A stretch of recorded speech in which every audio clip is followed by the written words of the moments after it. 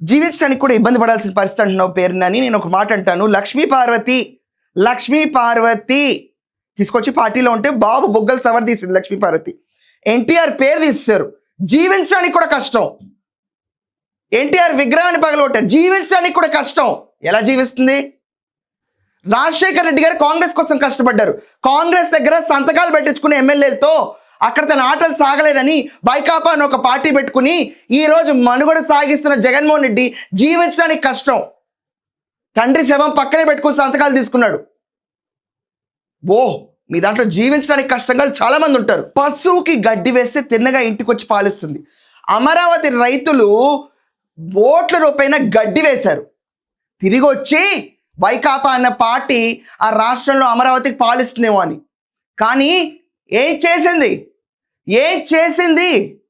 ఎక్కడ తిరిగింది? అజాపజా ఉందా? Now coming back to Jaganmohan Reddy topic.